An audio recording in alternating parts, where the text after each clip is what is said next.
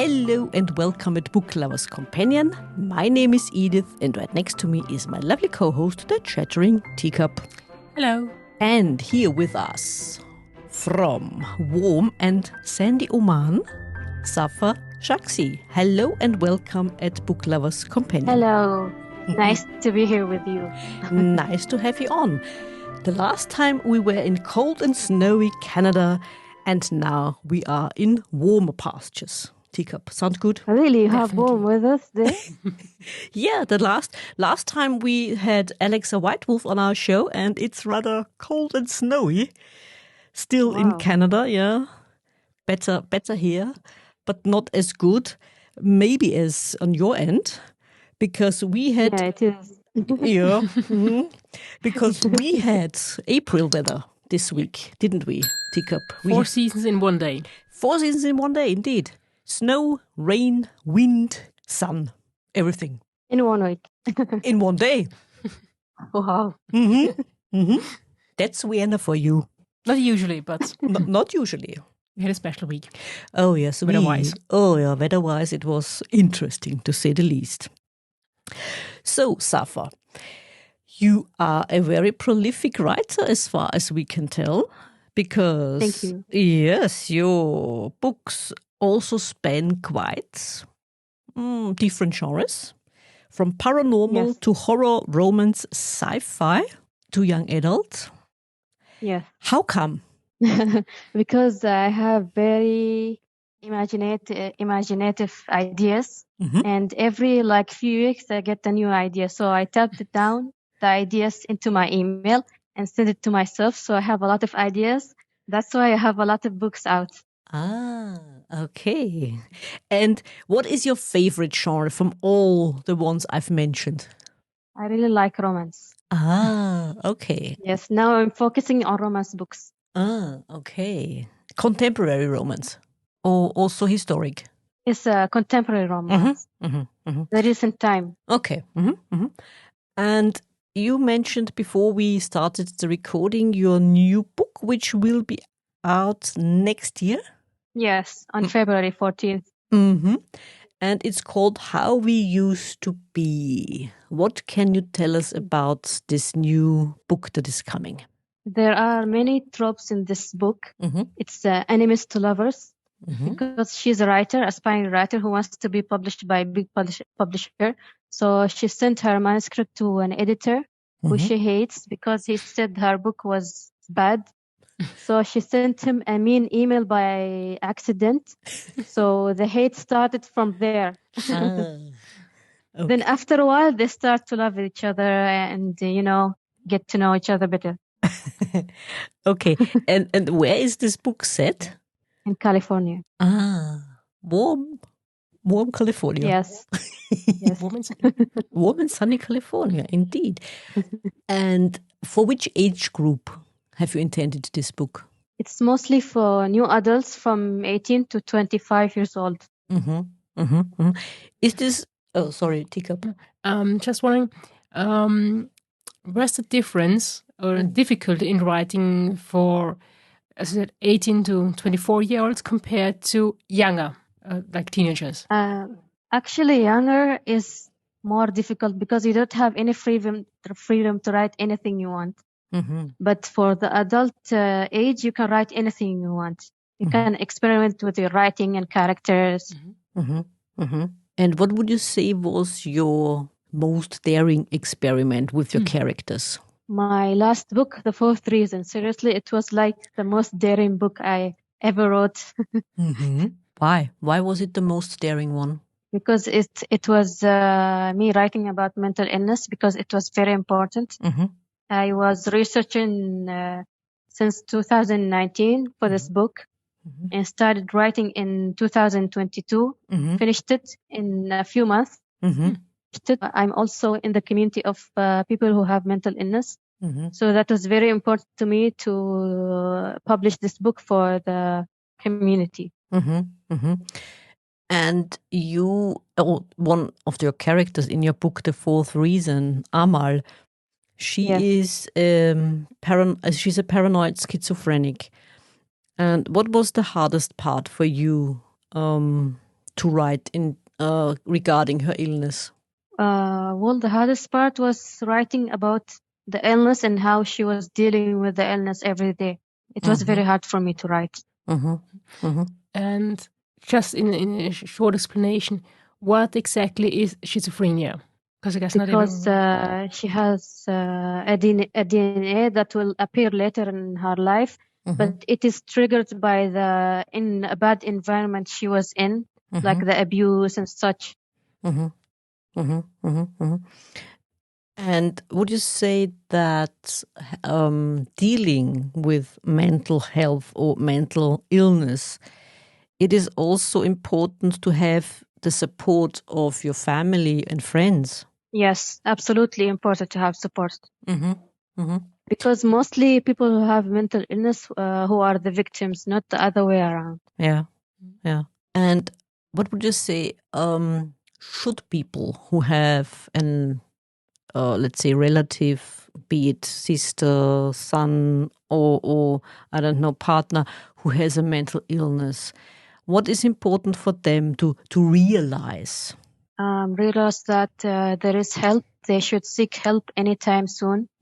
Because if they don't do that, everything will be, chaos. And also be aware that things they do or things they say are not meant personally. Yes, all the time. Because when Amal was psychotic, she didn't know what she was doing all the time. But after that, she realized she was doing bad things and she was making mistakes. And she tries to correct herself with her family and friends. What I found most intriguing in your book, The Fourth Reason, was when you had this internal dialogue of Amal.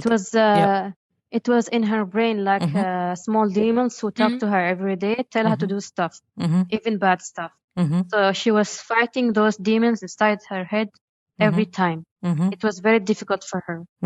I think she's also fighting with the fact that she doesn't dare tell others about it. And she's always in fear that others find out about it. I think people shouldn't be ashamed of having an illness. Yes, they shouldn't, because of society that they made mental illness something to be ashamed from.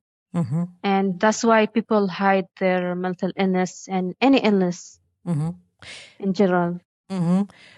But would you agree that mental illness is still a bigger taboo than physical illness? Yes, very, very hard to reach a point where people will be like, oh, mental illness, it's okay, everyone has it. No, maybe in the future, maybe. Do you think maybe that something like depression is more accepted nowadays than maybe schizophrenia? Yeah. Maybe anxiety, OCD, depression is more accepted than any other illness. Maybe. Why? Yeah, why? Maybe because more people are suffering from depression than, let's say, schizophrenia? Yes, it is. And also, there are types of depression. There are depressions that are seasonal, comes with the season. Depression with events, and depression that is like chronic, that you cannot get rid of. When I like I said before, when I read these parts, when we are in Amal's brain, when she's fighting, like you said, her demons. Yes. It was very, you showed us this side of her, or this scary part of her, I mean, scary for her part. It was very realistic, I think, and very, it sounds strange when I say relatable, because I can't relate to that. I don't have a mental illness, but we get an idea what it is like. I think you feel the fear. She experiences. Yeah, absolutely. Yes. Yeah, that is absolutely well done. Thank you. Yeah, absolutely.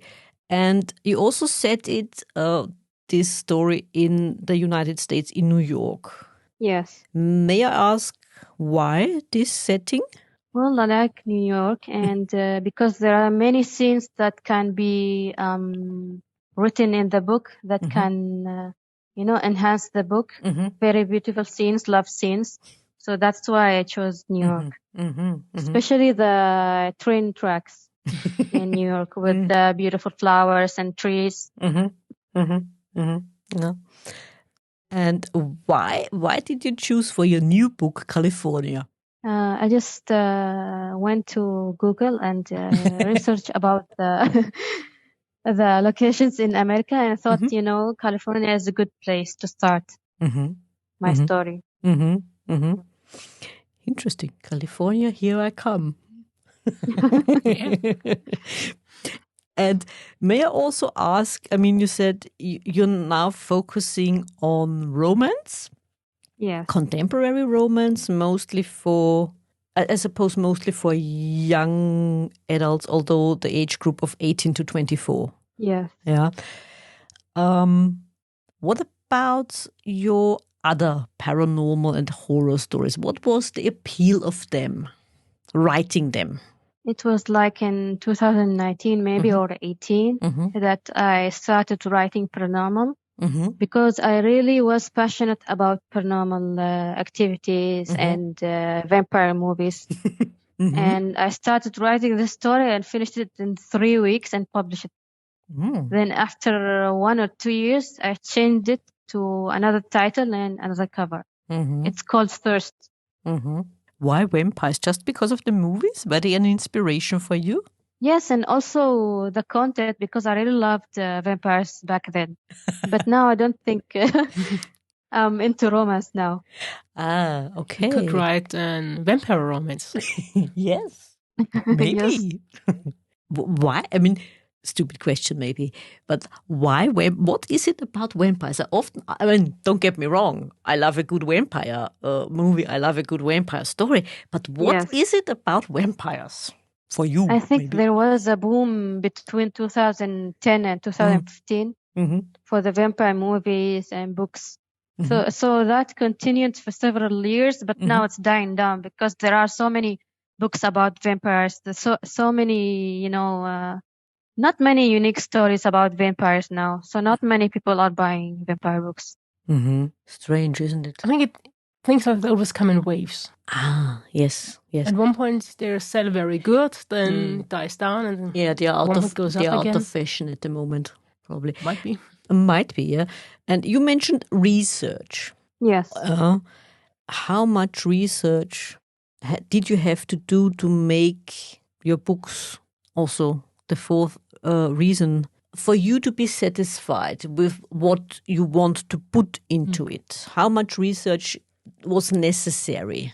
A lot of research, watching YouTube videos, researching articles, seeing people talk about the illness, and have a friend who have the illness, and being in chat groups and seeing their experiences and talking to friends. I have very close friends who have it also.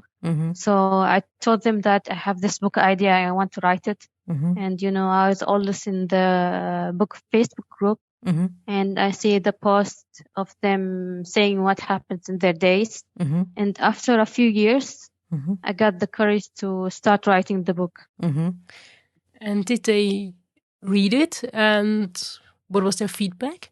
Maybe a few of them, but not many, because the book is very heavy. I don't think a lot of people will relate to the book. It's very hard to market the book to people. Okay. It's a pity, because then people could learn more about it. Yeah. It would be necessary, I say. Do you think that it should be more of a topic, especially in young adult fiction, or do you think that it is a bit on the tricky side to put mental illness in books like that too often? I think that authors who have a huge platform, they can do that. They can do anything. They can write mental health books, and they can sell the books comfortably. But for authors who are not well known, it's very hard, especially now after Corona. Everyone is looking for a rom-com now. Romantic comedy. Because they want something light because of the recent events. So that's why it was very tricky to market my book to everyone. You just mentioned light reading. Is this true, Yes. especially for young adults, that they want light reading after being or having experienced lockdowns one after the other? Because before, I think it was mostly dystopian young adult books. Yes, it was dystopian, then now, light reads. Was dystopian enough in reality? Probably. Yes. Oh. Now, if you go to a publisher and tell them you want to publish a dystopian book, they won't give you any deal. Really? Yes, because it's very hard to market now. Maybe after a few years, the dystopian market will come back. So if we haven't put it in a drawer, Yes, wait a few years. Yeah. Interesting. Pity somehow. Yes. Interesting. I would have thought that people are more interested, or publishers are more interested. No, they don't even want to mention 2020 because of the pandemic. Okay, it never happened. We scratched it from the calendars. 2020 never happened. Okay, got it. The years are not to be the mentioned. year that never happens. Yeah. Who cares? Who cares about 2020?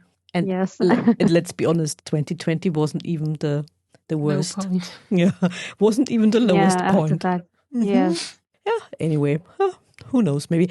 And I read that your love of books began with Enid Blyton, the English author of young adult fiction and children's fiction. Is that true? The famous 5? Yes. Yeah. Did you read them as well and thought, that's it? Yes, I read them and got inspired to start writing fiction books, especially for young adults. When I started for middle grade, then young adults from 16 to 18. Now I'm going to more adult books. And do you think that, I mean, right now you said you are very much into romance, but do you think, just asking, do you think there might be a time when you dip your toe into the crime fiction genre? Yes, just asking, Teacup, and sorry. I'm just asking. Yes, I'm actually considering a few books now, and I might collaborate with a very well-known writer soon on a book. It's a thriller science fiction, adult. I think adult or young adult book. Tell us more about that. But we can't announce anything until we sign the contract. So you have to wait. Yes. And do you write for a certain market, nationwide or completely international? It's completely international, but I'm focusing mostly on United States because they have the most avid readers, and it's a very fast market, changes every few years. So, yeah. So you have to keep on your toes to change with the market. Yes, absolutely. I'm always on social media and watching the market change. And how did you find your publisher? How did this whole process for you living in another country work out? I didn't find a publisher yet. I was about to have my first book deal, but it didn't work. I'm still looking for a publisher, and I hope maybe soon I can get someone to publish my books. But I suppose you did send your manuscripts to various publishers? Yeah, I got like 2 publishers and agents. Maybe I got more than 1,000 rejections till now. Yeah, it's a hard market. I mean, yeah, very hard. Yeah. So you publish them on your own? Yes. Yeah. I mean, it's a good alternative. Absolutely.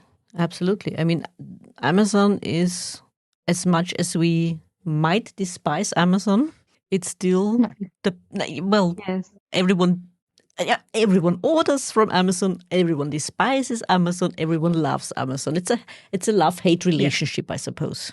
Yes, true. Yeah, exactly. I mean, for authors like yourself, I mean, it's the best way, isn't it? It's the easiest way. Yes. Yeah. And you can't put your manuscript in a drawer. I feel like it's a waste of energy. to put like your manuscript in a drawer. Maybe publish it. Maybe a publisher will see it, will like it, and they pick it up. Maybe a producer will like it, pick it up to make a movie. You know, there are many opportunities. Yeah, absolutely. Absolutely. And may I also ask about the cover art of your books? Who did them? Did you have an artist, a friend? Did you do it yourself? Some books like Our Secret Dreams, I did it myself, and Tarot of Death. But mostly I use, I work with cover designers. And now recently, How It Used to Be, I worked with Gabriella covers. I mean, the topics or the tropes of your books, you said you have many ideas. I mean, yes. When do they hit you? Let's say, I mean, thinking of an author we heard about at a crime fiction event, his wife gave him the newspaper and said, look at the newspaper and there will be something for you you can write about. When do they hit you? When you, I don't know, do the laundry, when you, I don't know, write your shopping list? When is it? When does inspiration hit you? Inspiration hits me anytime, anywhere, seriously. I don't know where it's coming. So do you always carry something around to make notes? Yeah, of course, my phone, because I have to email myself with the idea. I always write new book idea, then the title. Then inside the email, I write the description of the new book idea. You write the title before you've written the book? Yes, sometimes I read the title. Sometimes I see a cover I like. And then, I generate an idea out of that cover. This is fascinating. And did the title ever change if you start with the title first? Yes, it changes many times, sometimes. Then finally, I'm like a title that is one word. Yeah. I'm satisfied with. I'm like, yeah, it is the title. Okay.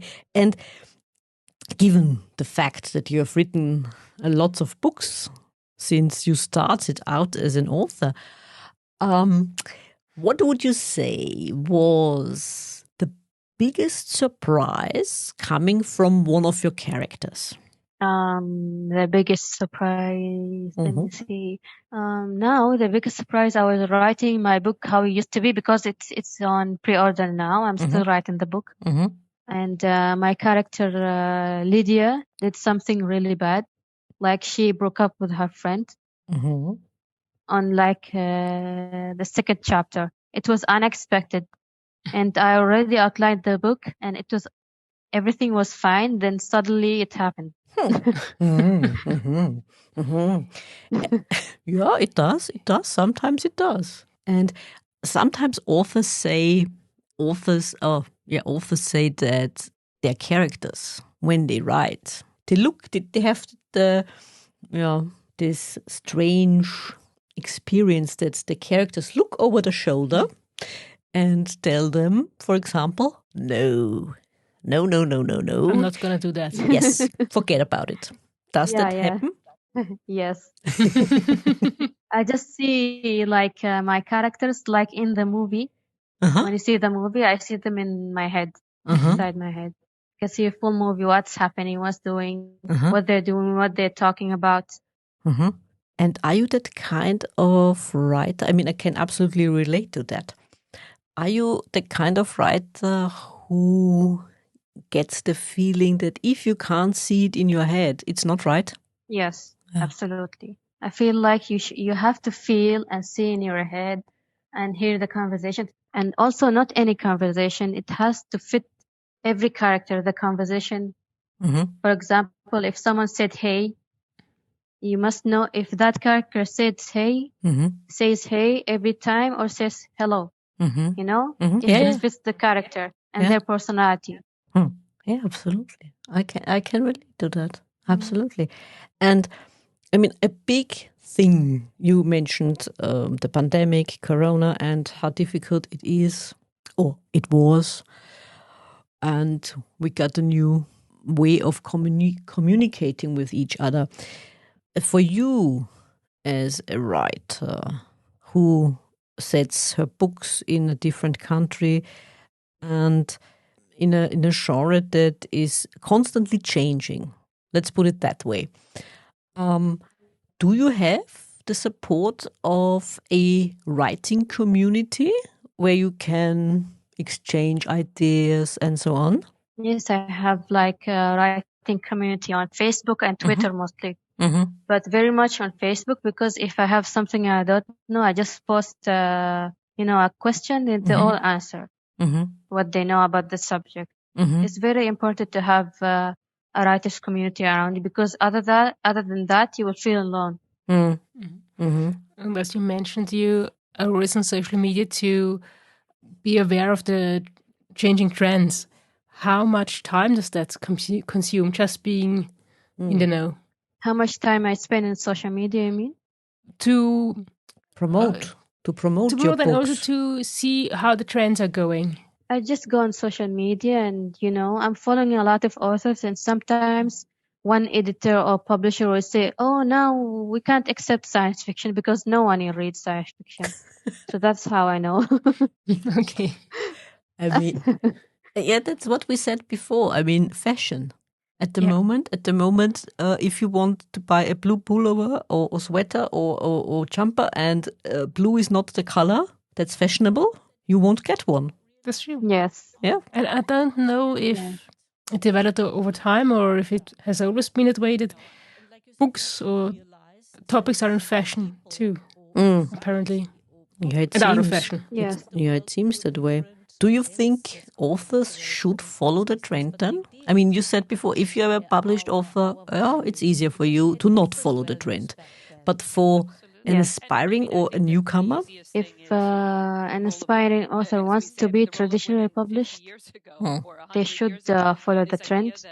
But if they have like this risky mindset that they want to write what they want to write and take a risk, maybe they can take a chance, and get the book deal.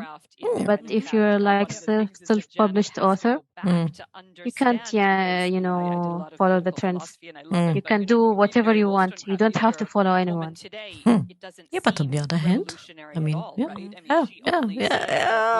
it's a fine line. There are authors who follow the trend. It's okay because they want the quick cash. Yeah. But, you won't enjoy it because you're only following the trend. Yeah, true. Some authors, also traditionally published, do that as well. We've heard about Jeffrey Deaver, who has a close eye on the market. And obviously, that's what he said. He writes what the market demands. And he is a very successful author. He shouldn't, or he doesn't have to. But if you're writing crime, that it's always in trend. I think it's something if you write something completely different or just a bit. Yes, that's true. And I think that's what he does. Yeah, probably. I mean, pandemic or no pandemic, crime always sells. Yes. I mean, it might be that you kill your characters in a different way. True. But you still kill them. Yeah, that's true. So no mention of the pandemic, but still from enemies to lovers, like you said in your upcoming book. I mean, do you think that's a trope that's very wanted by the audience? This enemies to lovers trope? Yes, there are a lot of readers who like enemies to lovers, friends to lovers. One bed trope and closed door, open door. There are a lot of tropes they like. But it depends on the reader and the person and personality, what they like. I think this enemy to lovers trope gives you a lot of opportunities for humor. Yeah, and more conflict between the characters. Have to look at it we in always need context conflict. of the time. I mean, but also in the books. Especially regarding Not that much in real life. I mean, otherwise, it's boring if they meet, if they like each other, and then different views. Happily ever after, so you need some conflict before this. But the happily ever after. I mean, we never know. Talking about it's a very limited view regarding the. Although it would be fun to read what happened after. When we had this with Elena Lyons, who said her book after